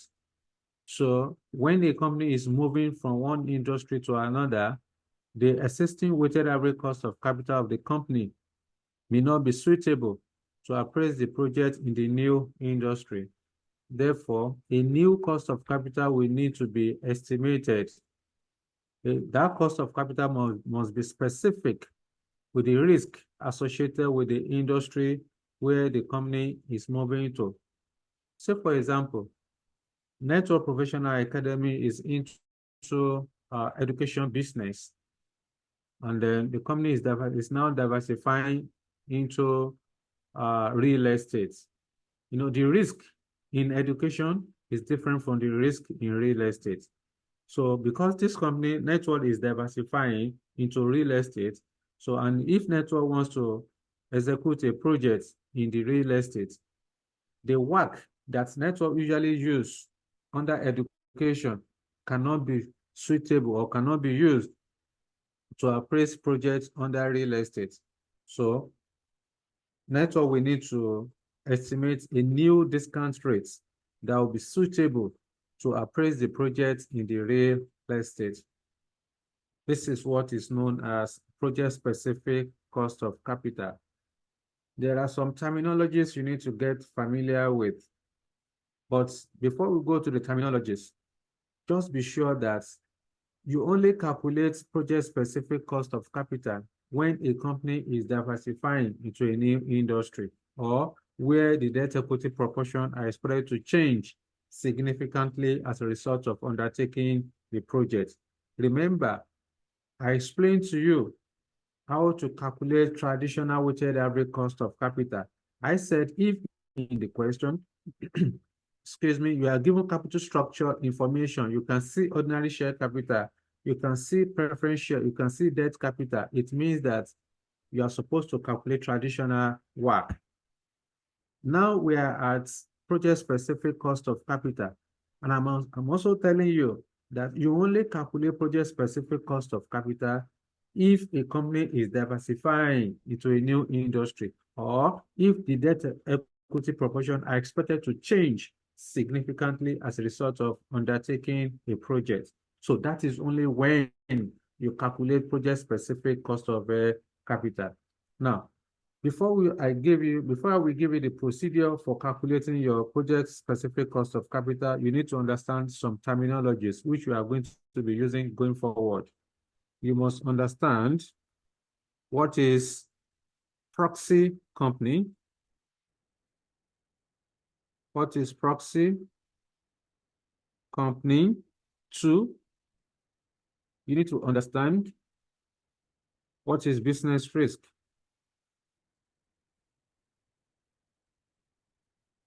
3, financial risk. 4, what is beta? So these are the 4 terminologies you can, let's define this one briefly before we proceed under project specific. The first item is proxy company. A proxy company is a comparable company that operates in the industry where a company is moving to. Like I mentioned the other time, Network is into education business. The company is now contemplating on embarking project, or the company is now diversifying into real estate. So if Network wants to undertake a project in real estate, Network will need to borrow the beta of a proxy company in the real estate. The proxy company are the comparable companies, the companies that are already existing in that industry that net worth is moving to, they are the comparable company. The assumption here is that the comparable company has similar business risk with the main company. In this case, the main company is Network Professional Academy, all right? Because it's the one that is diversifying. So when you talk about proxy company, it simply means comparable company. And those comparable companies, it is believed that has similar business risk with the main company. So that is as per proxy company. Let's talk about business risk. The business risk is the risk associated with the industry where a company operates. When you want to measure the risk associated with the industry where a company operates, you simply calculate business risk. All right, you simply calculate business risk. Your operating cash flows and all of that, they are under business risk. Then business risk is measured by beta. When you get there, I will show you, because I have a different line item for beta. I will explain it in details.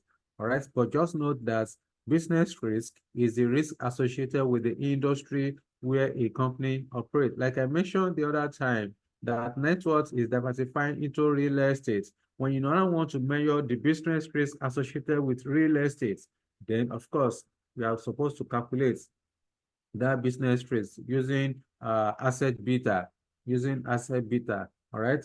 When we get there, we'll explain to you what asset beta is all about. Then the third one is the financial risk. Financial risk is the risk arising from debt financing.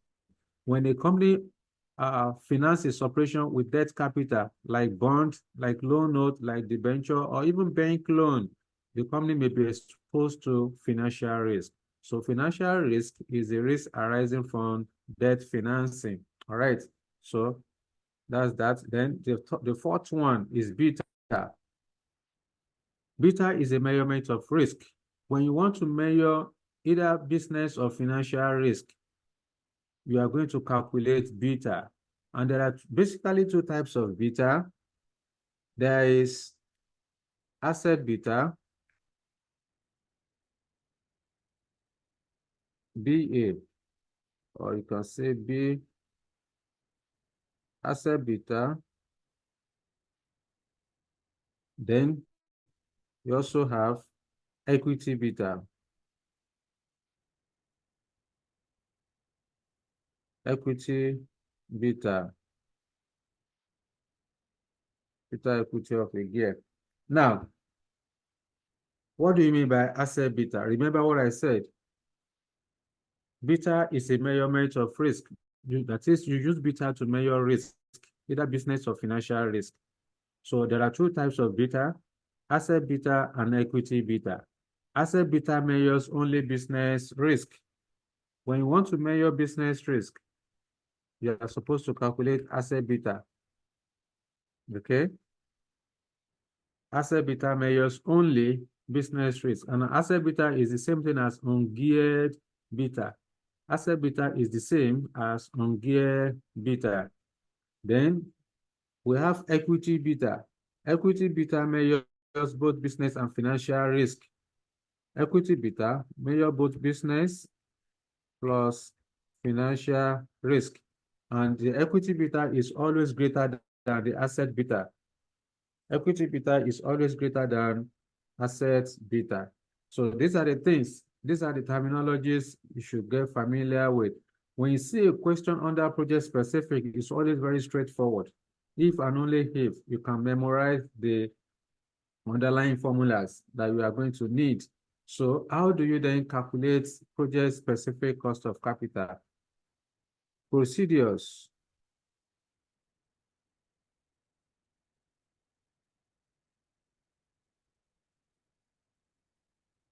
Involved in calculating project specific cost of capital. There are basically 5 procedures that you are going to carry out when you want to calculate project specific cost of capital. The first thing you need to do when you want to calculate your project specific cost of capital is to identify the proxy beta. Identify proxy beta. What do I mean by identify proxy beta? Like I said, if, for example, network that is into education business is contemplating in diversifying into real estate or oil and gas, what network we need to do is to go and borrow beta in the oil and gas or real estate that it is diversifying into. There are people that are already operating in the real estate. So what network needs to do is to go there and borrow their beta for the purpose of calculating, of estimating his own cost of capital. So you identify the proxy beta. For those comparable companies I defined for you the other time, what are the betas? So it could be asset beta, it could be equity beta, whatever it is, just identify the proxy beta. Then in this step one, there's nothing like calculation. You just go into the question, go and identify the proxy beta given to you. Then step two, what are you supposed to do? You're supposed to ungear the beta you have identified in step one, ungear. You ungear the beta you have identified in step one. If that beta is geared, ungear. If the beta in step one is geared, you only ungeared if it is geared, meaning that a gear beta is the one in which the company finances its operation with debt capital. If the proxy beta you have identified in step one is geared, it means that that proxy company has debt in its capital structure. Once you can see anything like bank loan, bond, debenture, or loan note in the capital structure of the proxy company, it means that the beta you have identified in step one is geared. But if the proxy company does not have debt in its capital structure, or if examiner has given to you asset beta of the proxy company, it means that the beta you've identified in step one is already ungeared. So if the beta is ungeared, there is no need for you to ungear again because it's already ungeared. So do nothing in step two. But if the beta you identified in step one is geared, then you need to ungear in order to remove financial risk. Because the beta that is identified in step one is geared. Because it's geared, you need to remove financial risk. To remove the financial risk, you're supposed to calculate ungeared beta. And I said ungeared beta is the same thing as asset beta. So to calculate to ungear, there are two different formulas that you can use depending on whether there's debt beta or maybe debt beta is risk-free. Now, according to Miller and Modigliani, the two controversial guys said that debt beta is risk-free. That is, debt beta is equal to 0. So in that case, where debt beta is equal to 0, when you want to ungear where debt beta is equal to 0, where debt beta, which is BD, let me write it out in full first. Where debt beta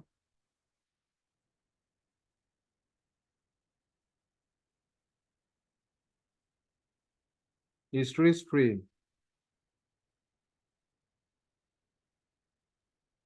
then if in the question you are told that debt beta is risk-free, then your asset beta, which is your BA, will be calculated as beta equity of a gear multiplied by equity value divided by equity plus debt 1 minus tax.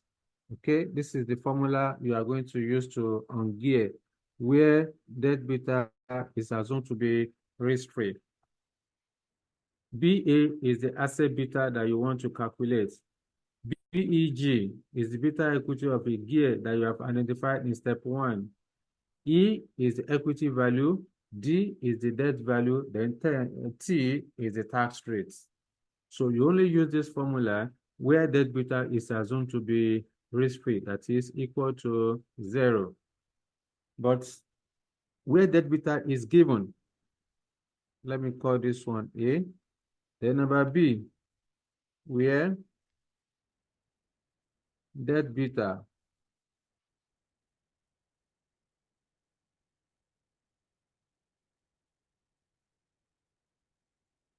is given, then we are going to use extended formula where debt beta is given. Therefore, BA will then be calculated as beta equity of a gear multiplied by equity value divided by equity plus debt 1 minus tax. Okay, plus because we are given debt beta. Okay, let me write this. Debt beta BD is given. Okay, so BD into debt value 1 minus tax divided by equity plus debt 1 minus tax. So this is the formula you are going to use to calculate beta assets or on gear beta, where debt beta is given. Yes, talk to me. So please, what's that? You said BA is equal to what? Asset beta. Is that Asset beta. BEG? BA is asset beta, which is on Not gear that, beta. Which so one? not that one. BA is equal to the next thing after the equal to. Is it beta BEG? equity of a BEG, yes. Beta equity of a gear. Beta equity of a gear. All right, just like beg. All right, sir. Thank you. You're welcome. So you use this extended formula where in the question you are told that you are given number for debt beta. Once debt beta is given, then you are going to use this extended formula. I will repeat. BA is the asset beta. BEG is beta equity of a gear. E is equity value. D is debt value. T is tax rates. BD is debt beta. All right, debt beta. So that is for step 2. Now, another thing I need to explain to you, but I will wait. I will not explain until when we have a live question so that I can demonstrate it for you, is the gearing ratio. All right. The E over E plus D is just gearing. All right. It's just gearing. So there are different ways of calculating your gearing. Mr. Shiwaju will teach you under capital structure how to calculate gearing and all of that using either book value, market value, or whatever the basis. But the bottom line is that your gearing can be calculated using, debt over equity is a gearing, or you can say debt over total value. Total value means debt over equity plus debt. So depending on whatever the examiner wants you to use, or at times, in most cases, examiner may be silent. So you are at liberty to either calculate your gearing as debt over equity or debt over equity plus debt. So when we have live question, I will use it to explain to you in details. However, so that is the formula you are going to use for step 2. It is not that you are going to use the 2 formula. One of the 2 will be applicable on the day of your exam. So not the 2 together. But the beauty of this is that on the day of your exam, you are going to see this formula at the back of your question paper. You see the formula at the back of your question paper. And then, like I explained to you in one of our previous classes, you must be ready to memorize formulas. The reason why strategic financial management is more challenging relative to other subjects at professional level is the fact that it's formula driven. It's formula, there's virtually nothing you want to do that is quantitative in SFM that you are not going to need formula. And you must be ready to memorize those formulas, because on the day of your exam, only few formulas, maybe about 5 or 7 of them will be given to you on the back, at the back of your question paper. In some instances, the entire 7 formulas that your examiner will give to you may not be relevant to what you want to do. So what that means is that you need to be able to, your starting point is to ensure that you memorize and understand each applicable formula for each topic. so that you don't struggle. Once you don't understand the formula, you are going to struggle. You are going to struggle. Your starting point is to first of all memorize the formula. So I just say I should remind you of that. So after step 2, we move to step 3. Okay, step 3 is to regear in order to incorporate financial risk. Step 3, you regear. You regear to incorporate financial risk. Now, in step 2, we said that you're on gear in order to remove financial risk. The beta you have identified in step 1, if it is geared, step 2 is for you to ungear it in order to remove financial risk. So in that case, so when in step 1 and step 2, you need the information of the proxy company. You are supposed to use the information of the proxy company. That is, what is the beta? That beta is meant for the proxy company. Equity value of the proxy, debt value of the proxy, tax of the proxy company. So you need the information of the proxy company. So when you now go to step 3, where you are supposed to regear, initially you remove the financial risk. Now that you want to compute the work for the main company, you need to regear. You regear in order to incorporate financial risk. In order to incorporate financial risk. So when you from step 3 up to step 5, you are supposed to use the information of the main company. The main company is the company that is diversifying and that wants to undertake that project. So at this step 3, when you want to regear, so you can say, of course, to regear, what simply means you want to calculate beta equity of a gear, which is BEG, is calculated as beta assets multiplied by 1. Let me rewrite this one. Multiplied by 1 plus 1 minus tax. 1 minus tax. Then debt equity ratio. So don't forget what I said. At this step 3, you need the information of the main company. Information of the main company is used. Okay, what do I mean by information of the main company? The debt value, the equity value, the tax of the main company is what you are going to use. So this is the formula you are going to use when you want to regear. This formula is used where debt beta is risk-free. Number A, where debt beta is equal to 0, that is risk-free. So that is when you use this formula, all right? Now, where in the question you are given debt beta, then you are going to repeat the formula you have above. Number B, where debt beta is given. Then you repeat the formula that is given above. That is, I would then say beta assets equal to beta equity of a gear multiplied by equity value over equity plus debt 1 minus tax. Okay, plus debt value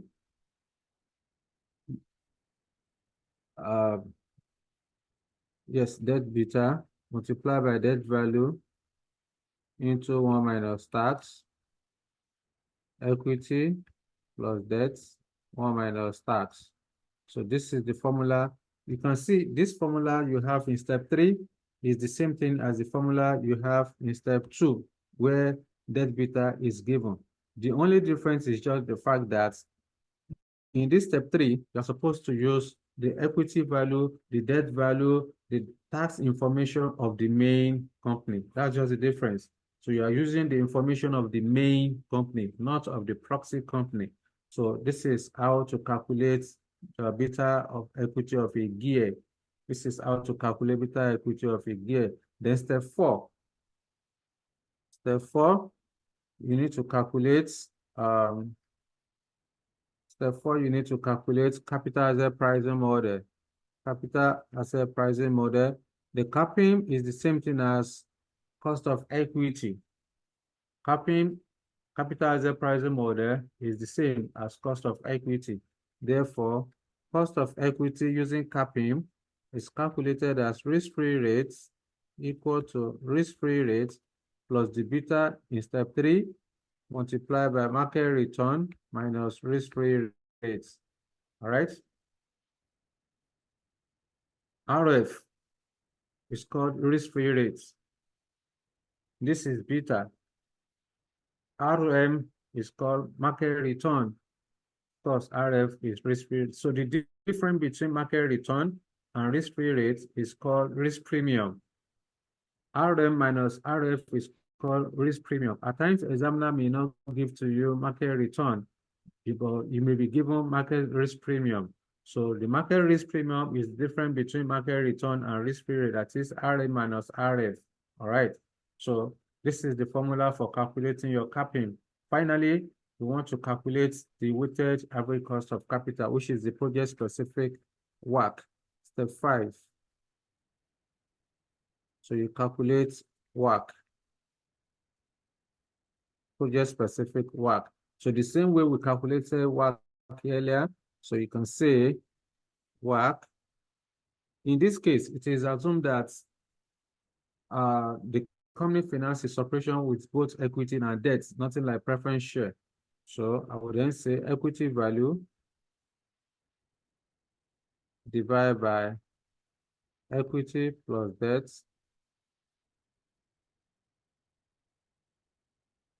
cost of equity plus debt value, equity plus debt, cost of debt, 1 minus tax. All of this multiplied by 100 over 1. So this is the formula for calculating your WACC. And these are the 5 procedures you are going to carry out when you want to calculate project-specific cost of capital. Watch out. And this is, in recent time, the project-specific cost of capital is incorporated within another question. That is, it's usually a sub-requirement. At times, examiner can ask you number A part, 7 marks or 14 marks, depending on what examiner has hidden in the question. So whatever it is, question under project-specific are always very straightforward. If you can master the formats, or if you can master the procedure rather, so you are going to be fine. All right, you are going to be fine. So when we have live questions, I'm going to use it to demonstrate for you the journey I mentioned to you the other time. And then, so maybe we may likely solve 2 questions, 2 different questions, or we are going to solve one now. When we get to capital investment decision, we are going to solve another one that involve, in fact, we are going to solve additional 2 illustrations under